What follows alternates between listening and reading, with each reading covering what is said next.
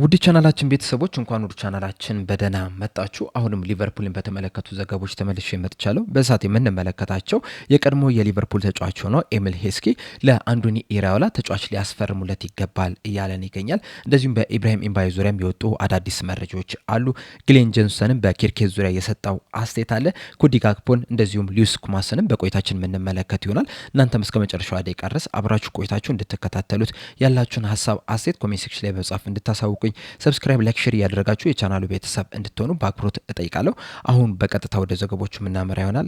አብራችሁን ቆዩ። በመጀመሪያም ኮዲ ጋክፖን የምንመለከት ይሆናል። ፋብሪዞ ሮማኖ ይዞት በወጣው ዘገባ መሰረት ምንም እንኳን ሰሞኑን ኮዲ ጋክፖ ወደ ቶተናም የሚያደርገው ዝውውር ቆሟል የሚሉ መረጃዎች ብንመለከትም ነገር ግን እነዚህ መረጃዎች ውሸት ናቸው። እስካሁን ድረስም ቶተናሞች ይህንን ተጫዋች ለማስፈረም የተለያዩ እንቅስቃሴዎች እያደረጉ ይገኛሉ። ሊቨርፑሎችን በዚህ የክረምቱ የዝውውር መስኮት ሁለት የክንፍ ተጫዋቾችን የሚያስፈርሙ ከሆነ ኮዲ ጋክፖ ወደ ቶተናም የሚዘዋወሩ ነገር የማይቀር ነው እያለን ይገኛል። በዚህ የክረምቱ የዝውውር መስኮት እንግዲህ በሊቨርፑል ቤት ውስጥ ሊቨርፑልን ይለቃሉ ከሚባሉ ተጫዋቾች መካከል አንደኛው ኮዲ ጋክፖ ነው። እናም ሊቨርፑሎች በሱ ምትክ አንድ ተጫዋች የሚያስፈርሙ ከሆነ ተጫዋቹ ሲለቅ ልንመለከት የምንችልበት እድል እንዳለ ነው እየተናገረ የሚገኘው። ይህ ተጫዋች እንግዲህ በቅርቡ በተደረገው የወዳጅነት ጨዋታ ከኮሞ ጋር አንድ ግብና አንድ አሲስት ማስመዝገብ ይችላል። በዛም ባሳየው እንቅስቃሴም የአብዛኞቹን የሊቨርፑል ደጋፊዎችን አቋም እንዳስቀየረ ነው እየተነገረ የሚገኘው። እንደዛም ቢሆንም ግን ሊቨርፑሎች ተጫዋች የሚያገኙ ከሆነ ሊሸጡት እንደሚችሉ ፋብሪዞ ሮማኖ በዘገባው ተናግሯል። በመቀጠልም ግሊያን ጆንሰን በሚሎስ ኬርኬዝ ዙሪያ የሰጠውን አስተያየት ነው የምንመለከተው።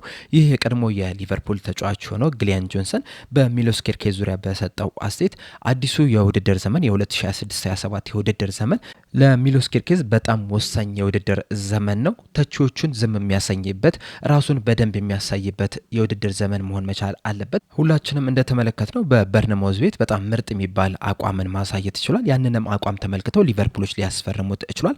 ባለፈው ሲዘን ግን ያንን ምርጥ ብቃት መድገም ሳይችል ቀርቷል። በእርግጥ በአንዳንድ ጨዋታዎች ላይ ፍንጮችን ተመልክተናል። አሁንም አቅሙ እንዳለው የተመለከትንባቸው ጨዋታዎች አሉ። ነገር ግን በቀጣይ ሲዘን እነዚህን ነገሮች በደንብ ማሳደግ መቻል አለበት።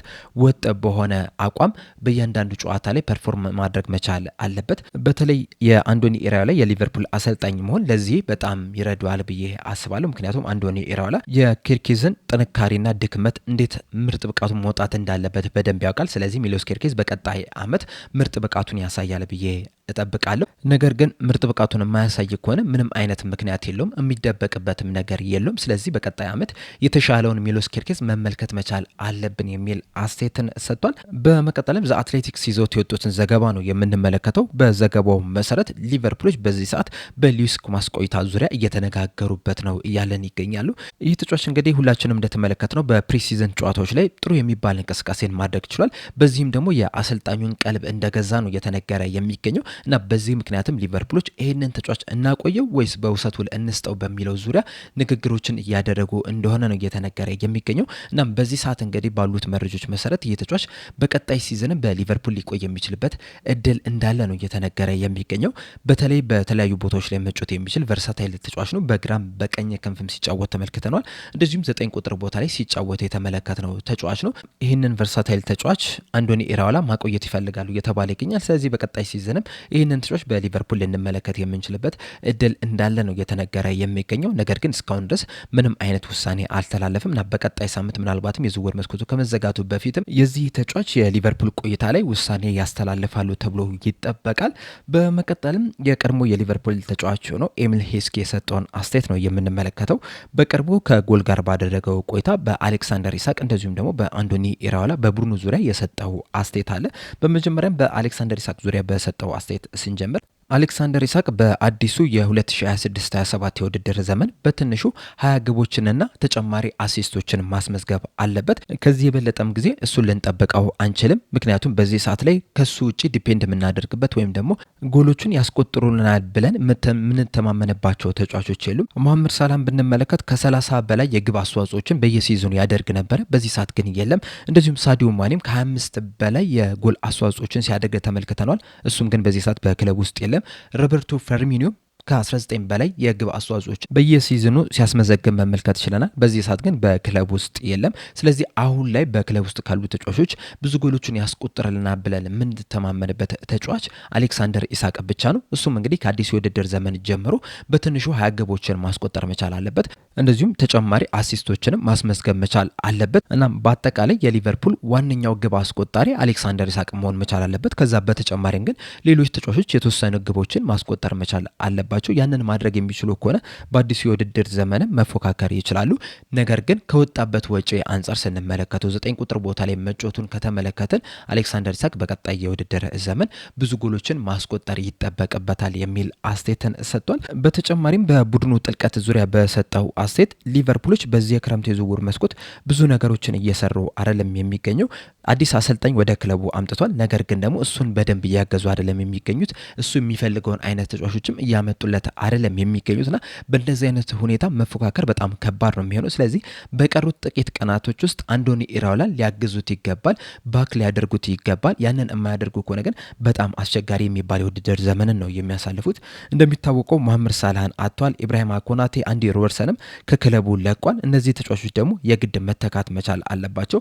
በእርግጥ አንዳንድ ተጫዋቾችን አምጥቷል። አሁን ለምሳሌ ጀረሚ ዣኬ መጥቷል። እንደዚሁም ደግሞ ሮናልድ አርጎ መጥቷል። ነገር ግን እንደዛም ቢሆንም ተጨማሪ ተጫዋቾችን ሊያስፈርሙለት ይገባል። በዚህ ሰዓት በእርግጥ ብራድሊ ባርኮላን ለማስፈረም እንቅስቃሴ እያደረጉ ነው የሚገኙት። የተጫዋቹም ወደ ሊቨርፑል ቢመጣም ለአንዶኒ ኢራኦላ ትልቅ ግብአት ይሆናል ተብሎ ነው የሚጠበቀው። በተለይ ከዚህ ቀደም ሳዲዮ ማኔ በቡድን ውስጥ የነበረውን ተጽዕኖ በዚህ ተጫዋች ከቨር ማድረግ የሚቻልበት ሁኔታ ሊፈጠር ይችላል። ከዛም ግን በተጨማሪም ሌሎች ተጫዋቾችን ሊያስፈርሙለት ይገባል። በእርግጥ ሊቨርፑሎች አንድ ተጫዋች ፎርም ላይ ስለሆነ ወይም ደግሞ ምርጥ ብቃቱ ላይ ስለሆነ ዝም ብለው ሄደው አያስፈርሙም። ከዚህ ቀደም እንደተመለከት ነው አንድ ተጫዋችን ለማስፈረም በጣም ብዙ ዳታዎችን ቼክ ያደርጋሉ። ከቡድኑ ጋር አብሮ ይሄዳሉ ወይ የተለያዩ ነገሮችን ቼክ ካደረጉ በኋላ ነው የሚያስፈርሙት። እናም አንዳንድ ተጫዋቾች በዝርዝራቸው ውስጥ ይገኛል ብዬ አስባለሁ። ስለዚህ እነዚህን ተጫዋቾች በደንብ የተመለከቷቸውን ተጫዋቾች ለቡድኑ ያግዛሉ። እንደዚሁም ለአንዶኒ ኢራኦላ የጨዋታ ስታይል ይሆናሉ የሚባሉ ተጫዋቾችን ግን ሊያስፈርሙለት ይገባል የሚል አስተያየትን ሰጥቷል።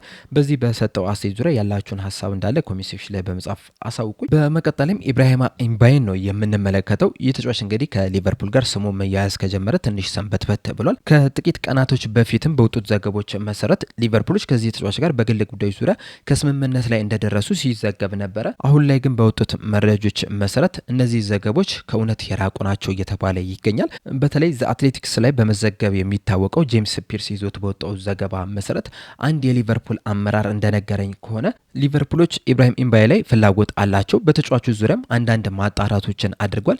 ከዚህ የበለጠ ግን ምንም ነገር ያደረጉት ነገር የለም። ከተጫዋቹ ጋርም ከስምምነት ላይ አልደረሱም እያለን ይገኛል። እንደዚሁም ሊቨርፑል ኤኮ ላይ በመጻፍ የሚታወቀው ኢያን ዶይልም ይዞት በወጣው ዘገባ መሰረት በዚህ ሰዓት ላይ ሊቨርፑሎች ይህንን ተጫዋች የማስፈረም እንቅስቃሴያቸውን አቁሟል። ምንም አይነት እንቅስቃሴ እያደረጉ አይደለም የሚገኙት የሚል ዘገባን ይዞልን ወጥቷል። እናም እነዚህን ሁለት ዘገቦች ስንመለከት ሊቨርፑሎች ይህንን ተጫዋች ለማስፈረም ምንም አይነት እንቅስቃሴ እያደረጉ እንዳለው ነው እየተነገረ የሚገኘው። ከዚህ በተቃራኒ ደግሞ አርኤምሲ ስፖርት ይዞት በወጣው ዘገባ መሰረት ሊቨርፑሎች ይህንን ተጫዋች ለማስፈረም የሚያደርጉትን እንቅስቃሴ አፍጥነውታል እያለን ይገኛልና የተለያዩ ዘገቦች ናቸው በዚህ ተጫዋች ዙሪያ እየወጡ ያሉት። ፋብሪዞ ሮማኖም እንግዲህ በዚህ ዙሪያ ይዞት በወጣው ዘገባ መሰረት ሊቨርፑሎች የተጫዋቹ አድናቂ ናቸው እና ምናልባትም ኮዲ ጋክፖ ከሊቨርፑል የሚለቅ ከሆነ ይህንን ተጫዋች ለማስፈረም ፍላጎት እንዳላቸው ነው እየተናገረ የሚገኘው። በአጠቃላይ ግን ሊቨርፑሎች የዚህ ተጫዋች አድናቂ ናቸው። በተጫዋቹ ዙሪያም አንዳንድ ማጣራቶች እንዳደረጉ ግን ሁሉም ዘጋቢዎች እየተናገሩ ይገኛሉ። ከዚህ በኋላ በቀሩት የዝውውር መስኮቶች ይህንን ተጫዋች ለማስፈረም እንቅስቃሴ ያደርጋሉ ወይስ አያደርጉም፣ ያስፈርሙታል ወይስ አያስፈርሙትም የሚለውን ጊዜው ሲደርስ የምንመለከት ይሆናል።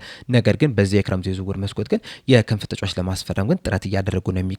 የብራድሊ ባርኮላ ነገር በቅርቡ ይጠናቀቃል ተብሎ ይጠበቃል። ከሱ በተጨማሪም ግን ሌላ የክንፍ ተጫዋች ያስፈርማሉ የሚለው በጣም ትልቅ ጥያቄ እንደሆነ ነው እየተነገረ የሚገኘው። እናንተስ ኢብራሂም ኢምባዬ ሊቨርፑሎች ያስፈርማሉ ብላችሁ ታስባላችሁ? ሀሳብ አስተያየታችሁ እንዳለ ኮሜንት ሴክሽን ላይ በመጻፍ እንድታሳውቁኝ በአክብሮት እጠይቃለሁ። ለአሁን እኔ እዚህ ላይ አበቃው። እስከ መጨረሻ ደቂቃ ድረስ ስለተከታተላችሁኝ ከልብ አመሰግናለሁ። በቀጣይ በሌላ እስከምንገናኝ ድረስ ሰብስክራይብ፣ ላይክ፣ ሼር፣ ፎሎ ማድረጋችሁን እንዳትረሱ። ቸር ያቆየን።